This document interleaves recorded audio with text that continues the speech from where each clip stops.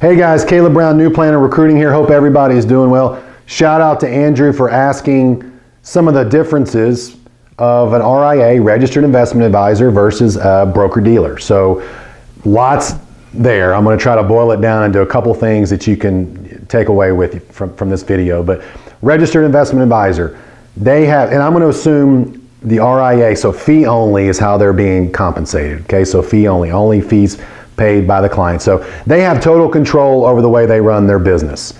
They keep all the revenue, they get to make all the decisions, but they have to pay all the expenses. There's no home office taking care of things and taking a portion of their revenue. Okay? They're usually regulated by the state or the SEC, depending on the Securities and Exchange Commission, depending on their level of assets.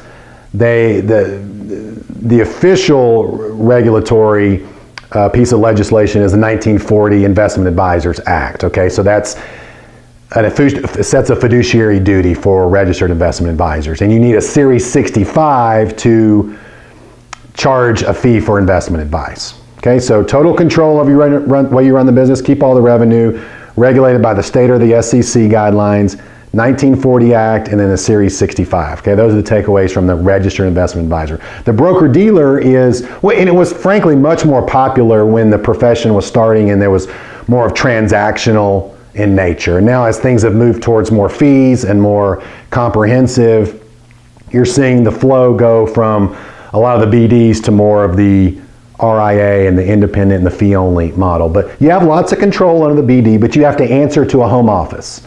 So you keep most of the revenue. You know, payouts can be anywhere from 50 to 99%, but some of the decisions are going to be made for you. And some entrepreneurs don't want that. They want to be in control of everything. And they're regulated by FINRA. Okay, so there's lots of specific rules that they have to hire a lot of attorneys to follow and make, you know, a lot of forms, a lot of suitability and compliance stuff. They're regulated by the 1934 Securities and Exchange Act.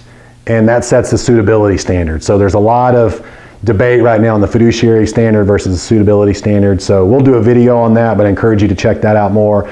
You have to have a Series 7, which is a stockbroker's license, and then a Series 66, or registered rep. Series 66 is a combination of the 63 and the 65. So those are the licenses you need to be able to get compensated for the advice, and in this case, the products that you're selling. So a lot of stuff there. It's good news is that there's a lot of flexibility. Bad news is it can be confusing, and there's people in the industry that are confused, and there's certainly a lot of people outside the industry that are confused, and even the clients, which is unfortunate, they're confused. So it really doesn't matter. Both can be good business models. You just need to come up with the one that's the best fit for you. If you're looking for a new job, whatever firm, you know, how they're structured, what's the best fit, that's great. But also if you're starting your own firm, what helps you provide the best service and products and, you know, solutions to your clients. Glad to have you in the profession. I'll see you next time. Bye-bye.